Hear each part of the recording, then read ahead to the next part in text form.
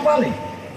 యేసు ప్రభు అన్నాడు, నువ్వు ఆరాధించాలంటే ఆవిడ అన్నది, అయ్యా మేము ఇదిగో ఈ గరీజీము కొండ మీద ఆరాధించేవారిమే. హల్లెలూయా.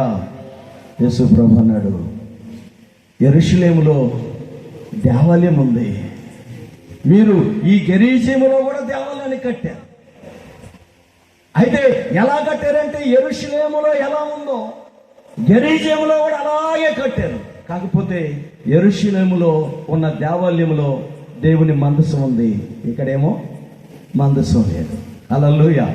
అక్కడ ఆరాధిస్తున్నారు, మీరు ఆరాధిస్తున్నారు. అది కాదు, మీరు ఆత్మతో సత్యముతో ఆరాధించాలని తండ్రి కోరుచున్నాడు. హల్లెలూయా. నీ ఆరాధన ఆత్మతో సత్యముతో ఉండాలని. నిజంగా చెప్పాలంటే నీ స్వార్థ ఫలించలేదంటే, నువ్వు చెప్పే వాక్యం ఫలభరితముగా మార్చబడలేదంటే, ముందు నువ్వేం చేయాలంటే రక్షణ పొందాలి, మారు మనసు పొందాలి, పశ్చాత్తాపం పొందాలి. తర్వాత పరిశుద్ధాత్మని పొందుకొని నువ్వు సువార్తను చెబితే, పిల్లలు గమనించండి, ఎప్పుడైతే యేసు ప్రభు చెప్పాడో ఆ సమరయ స్త్రీ ఏం చేసిందంటే ముందు దేవుణ్ణి ఆత్మతో సత్యముతో ఆచార సంబంధమైన ఆరాధన విడిచిపెట్టింది. గెరీజీము కొండ మీద సంవత్సరానికి ఒకసారి లేకపోతే నెలకొకసారి ఆరాధించేటువంటి ఆచార సంబంధమైన ఆచారాన్ని విడిచిపెట్టింది. ఇప్పుడు ఆత్మతో సత్యముతో ఆరాధించింది. ఎక్కడికి వెళ్ళిందంటే తన పట్టణంలోకి వెళ్ళింది.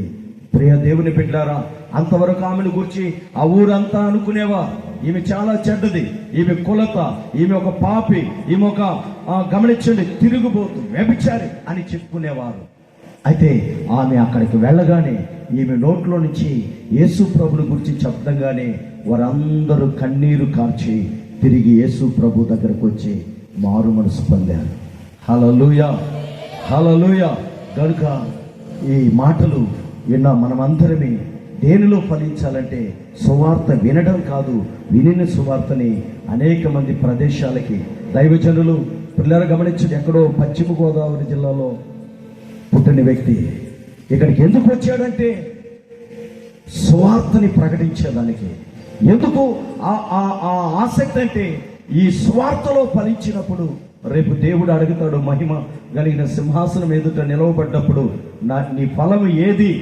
పాస్టర్ జీవన్ గారంటే, అయ్యా ఇదిగో బెట్టగుంట ప్రాంతం, ఇదిగో కావలి ప్రాంతం, ఇదిగో సున్నపట్టి ప్రాంతం, ఇదిగో చవలదిని ప్రాంతం, ఇదిగో వడ్డిపాలెం ప్రాంతం, ఇదిగో నా ఫలము ఈ సంఘాలలో ఉన్న దేవుని ఆత్మలు. అందుకే దైవజనుడు అన్నాడు, నా మహిమైనను, నా కిరీటమైనను, నా అక్షయతైనను ప్రభు ప్రత్యక్షత యందు మీరు కదా.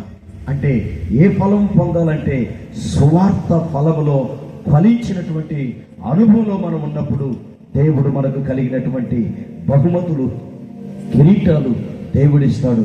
కనుక ఈ గ్రామంలో ఎందరున్నారో నాకు తెలియదు, కానీ వాక్యం వినడం కాదు, కానీ ఈ వాక్యం విన్న నీవు ఒక ఎఫ్రా వలె, వాక్యం విన్న నీవు ఒక ఎదుగో సమరయ స్త్రీ వలె ఒకవేళ సువార్త సునాద సభలు ముగియచ్చు, ఈ సువార్త నీ హృదయంలో మండి ఈ గ్రామంలో ఉన్న వారికి చెప్పి, ఒకవేళ మీదటికి ఇదే కాలమందు దేవుని రాకడ ఆలస్యమైన ఈ సభలో ఇక్కడ జరిగితే ఈ గ్రౌండ్ అంతా నింపబడిన ప్రజలు సువార్త ఫలముగా దేవుడు మార్చులాగున మీలో ఆత్మస్థైర్యము దేవుడు నింపునుగాక. ఆమెను ఒక్క నిమిషం నిలబడి దేవుడి సన్నిధిలో ప్రార్థన చేసుకుందాం. ఒక్క నిమిషం దేవుడి సన్నిధిలో ఉన్న దేవుని ప్రియ దేవుని బిడ్డలారా, ప్రార్థిద్దాం. దేవుని వాక్యం, దేవుని మాటలు మీరు ఫలించడం ద్వారా ఆస్తిలో కాదు, అంతస్తులో కాదు, వ్యాపారంలో కాదు, వ్యవసాయంలో కాదు,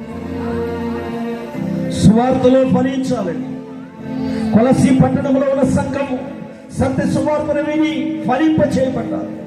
ఆ ఫలం ఎఫ్రా వలన ఒక కొలసి పట్టణమే కాదు, ఎదుగో ఆ యవనస్తుడైన ఎఫ్రా, యూరోపిలి, అలాగే లవదోకియా సంఘాలను కట్టి దేవుని కొరకు అప్పగించిన అనుభవం. మీ ఫలము నిలిచి ఉండాలి. ఈ రోజున నిలిచి ఉండే ఫలము కొరకై పాకులాడట్లేదు. ఎదుగో కరిగిపోయే ఇదిగో ద్రవ్యమన్న ఫలము కొరకై, ఆస్తులన్న ఫలము కొరకై, అంతస్తులన్న ఫలము కొరకై క్రైస్తవులు, దేవుని ప్రజలు వేగిరి పడుతున్నారు. దేవుని బిడ్డ, ఒక్క నిమిషం ఆలోచించు. ఒక్క నిమిషం ఆలోచన చేసి, ఇదిగో దేవుని వాక్యము నీలోనికి వచ్చినప్పుడు నీ హృదయం మండాలి. మండడమే కాదు మండించాలి. మండడమే కాదు మండించాలి. నా శరీరము నా రక్తము, నా శరీరము తిని నా రక్తము త్రాగు ప్రతి ఒక్కరు నా మరణమును ప్రచురించాలి. సంఘాలుగా కట్టాలి. తెసలోనిక సంఘము కూడా ఇదిగో దైవజనుడు అక్కడ లేకపోయినా 6 నెలలే సేవ చేసిన మరలా దైవజనుడు తిమోతిని పంపించే వాళ్ళకి సంఘాలు విస్తరింపబడ్డాయి. ఒక్క నిమిషం అయ్యా, వ్యాపింపు చేయబడాలి. సంఘాలు వ్యాపింపు చేయబడాలి. సువార్త వ్యాపింపు చేయబడాలి. సువార్తకి అడ్డు వస్తున్నటువంటి ప్రతి ఆటంకాలు తొలగించబడాలి. అలాంటి కృప యేసయ్యా నాకు దయచేయి ప్రభు, నాకు దయచేయండి. ప్రార్థిద్దాం. నన్ను నడిపించి నీ చూపులే నన్ను చేర్చెను రహదారులై, నన్ను నడిపించి నీ చూపులే నన్ను చేర్చెను రహదారులై, నన్ను చేర్చెను రహదారులై. నీవు దర్శించుకోదు సాగిపోదు గమ్యస్థానానికి, నీవు దర్శించుకోదు సాగిపోదు గమ్యస్థానానికి. శ్రమలైనా కలిగినా ఆపలేవు నీలలో నీవుండగా, నన్ను నడిపించు చూపులే నన్ను చేర్చెను రహదారులై, నన్ను చేర్చెను రహదారులై. నీవు దర్శించుకోదు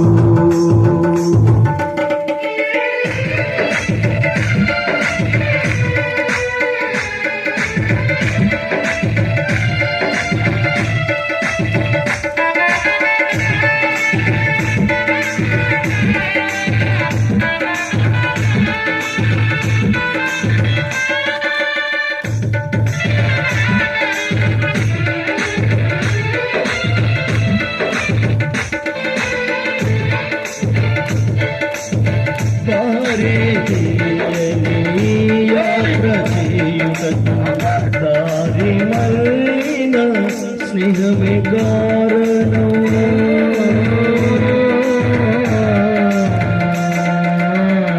దారి తెలియని యాత్ర చేయుటకు దారి మళ్ళిన స్నేహమే కారణం.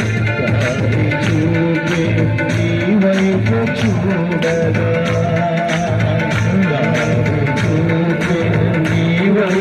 చూడగా నీ దరి చేసిన దాత్రుడా,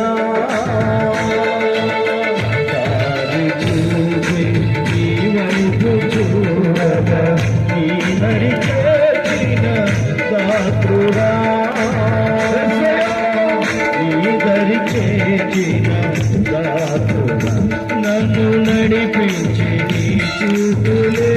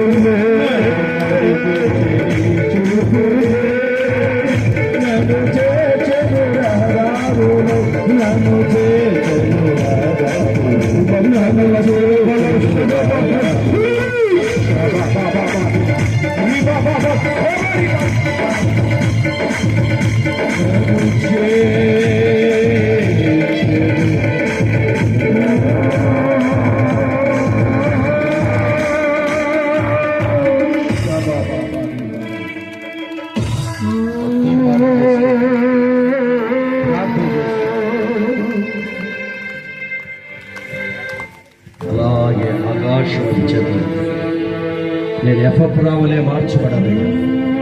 నా ఫలము నిలిచి ఉండాలి. నేను సమరస్తేనే మార్చబడాలి. నా ఫలము నిలిచి ఉండాలి. ద్రవ్యములే కరిగిపోకూడదు. ప్రధాన కాపురి ప్రత్యక్షమైనప్పుడు వాడవారిని మహిమ కిరీటము పొందుకునే యోగ్యత దయచేయి ప్రభు. అందరూ తీర్మానం చేసుకోండి. వాక్యం వింటాం కాదు, తరతరాల నుంచి వింటున్నావు. ప్రియ సోదరుడా, సోదరే, వాక్యము ప్రకటించే అనుభవం, సువార్త ప్రకటించే అనుభవం, ఆ సువార్త ద్వారా కొందరిని రక్షించి అది నీ ఫలముగా పొందుకునే అనుభవం.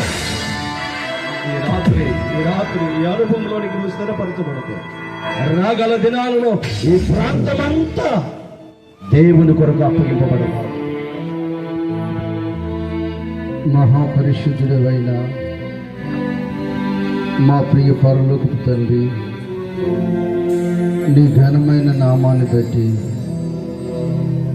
వందనాలు స్తోత్రాలు చెల్లిస్తూ ఉన్నాము.